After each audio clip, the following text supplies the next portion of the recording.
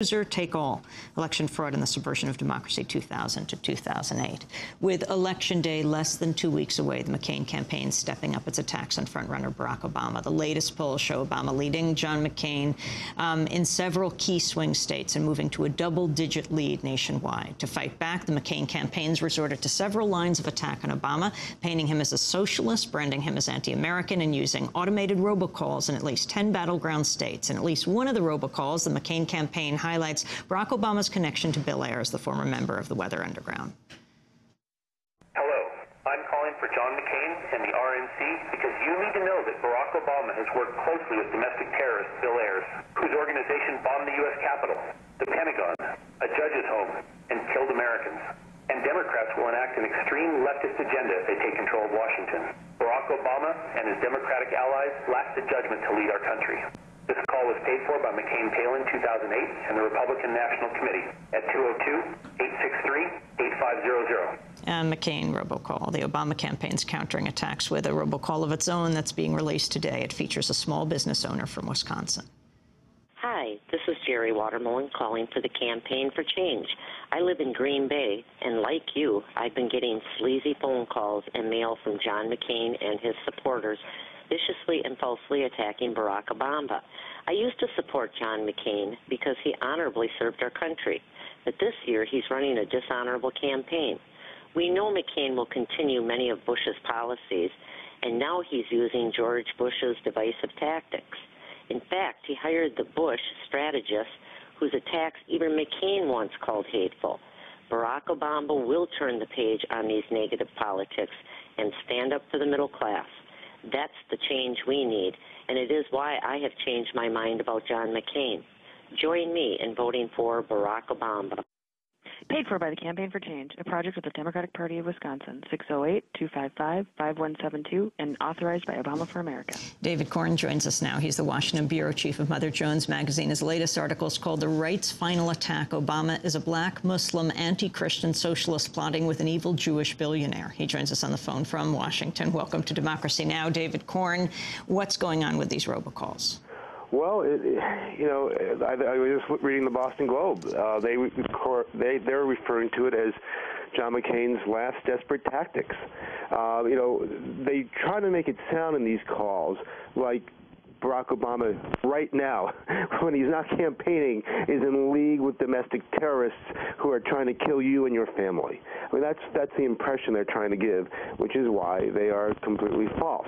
When Sarah Palin the other day said Barack Obama is palling around with domestic terrorists, she used the plural, so not just Bill Ayers, but raising the suggestion that there are others out there that he's palling around, not that he's on a board with somebody who 40 years ago was part of the Weather Underground and who has since become a pretty renowned education expert.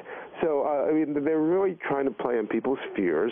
And, listen to what Colin Powell, what Senator Susan Collins, a Republican from Maine, are saying. Norm Coleman, who's a Republican senator in Minnesota, who's in a very tight race there against Al Franken, they're coming out and they're rejecting these ads. There was a brave young woman in a West Virginia call center. Some of these calls are automated and robotic, and others are being done by call centers. But when you get a live person who says the same message that you just played, and she quit her job. She said, "I can't read this stuff," and they said, "Great, then you can leave the call center."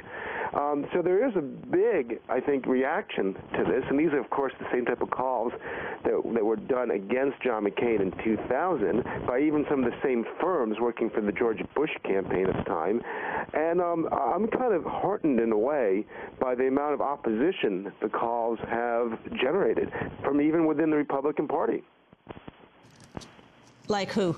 Well, as I mentioned, Colin Powell and Senators Susan Collins and Norman Coleman. How significant do you think this attack by Colin Powell, the endorsement of Barack Obama, and the attack on the allegations against him? Well, I think Colin Powell gave Barack Obama a lot of cover and gave people who want to vote for Barack Obama but still may be unsure because they don't know him that well, haven't seen him on the national stage for too long, was an act of reassurance for voters like that.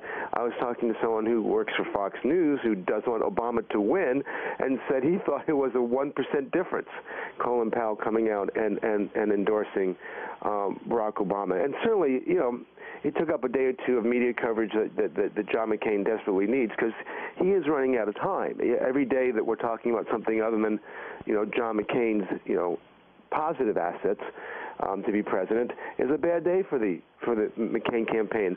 And I just also think that, what's happening here is that John McCain is running against his own brand. In the late 90s and his first run in 2000, he had the reputation, whether it was well-deserved or not, as a politician who was more candid than most, who didn't play the same old BS games that a lot of politicians do, and who ended up being victimized because he wouldn't, and he became the victim of the George W. Bush Karl Rove campaign. Well, what's happened now is he's hired a lot of the same people who come from the Lee Atwater Karl Rove wing of the Republican Party in terms of political operatives, and they're running their general playbook campaign, which is attack and slash the Democrat, call them a tax and spend socialist, and try to distract from the real issues and bend the quite far. And it hasn't seemed to be working yet, and we'll see in 2 weeks now whether it does it all. Can you explain the National Republican Trust Political Action Committee? Say that again. You just cut out for a second. The National Can you explain what the National Republican Trust Political Action Committee is? Yeah, I wrote a piece, as you referenced earlier, from motherjones.com a couple of days ago, and there are a couple of these conservative groups who are getting very, very desperate in the final days here, and they're making all sorts of accusations against Barack Obama, trying to stop what they seem to believe it will be his victory. And a group called the National Republican Trust Political Action Committee has been sending out, very desperate-sounding emails to potential conservative donors, saying that Obama is dangerous and boasting that it has the killer issue that will nail him. And that is that he supports the Eliot Spitzer plan to grant driver's licenses to undocumented workers. And what they say is, with this under this sort of plan, the next Muhammad Atta can get a driver's license and somehow use that in a plot to destroy America. So they're trying to tie, the illegal immigrant or undocumented immigrant issue to 9/11 and say that's, Obama's Achilles heel. We just have to scare enough people on this front. I've seen, basically they claim that they're taking out some TV ads on this issue. I haven't seen a big buy yet, so I don't think they've raised a lot of money. One story at this point in time is a story that I have to admit I was a bit wrong on. A couple of weeks ago, and certainly months earlier, I was saying that I expected in the last week or two of the campaign for there to be a tidal wave of negative attack ads against Barack Obama paid by and put together by groups like the Swift Boat Veterans for the Truth, backed by right-wing billionaires. They would just throw all sorts of dirt untrue at Barack Obama, and they'd just be too much at the end of the day for him to actually respond to. But it seems that a lot of those right-wing billionaires these days are more worried about their portfolios than about helping John McCain, and we haven't seen these campaigns coalesce. It's not to say that still in the next week they won't, but those independent outside groups, I think a lot of people were expecting them to play a much bigger role at the end of the day here, and that has yet to happen. David Corn, thanks for joining us. Washington Bureau Chief of Mother Jones Magazine's latest piece, The Right's Final Attack, Obama's Black Muslim Anti-Christian Socialist Plotting with an Evil Jewish Billionaire. This is Democracy Now!, democracynow.org. When we come back, record-shattering money being spent in this campaign by Barack Obama. Is campaign finance reform dead? Then we'll look at what's happening at Guantanamo. Latest charges dropped against 5 prisoners there, but the Bush administration says they'll keep them jailed. Stay with us.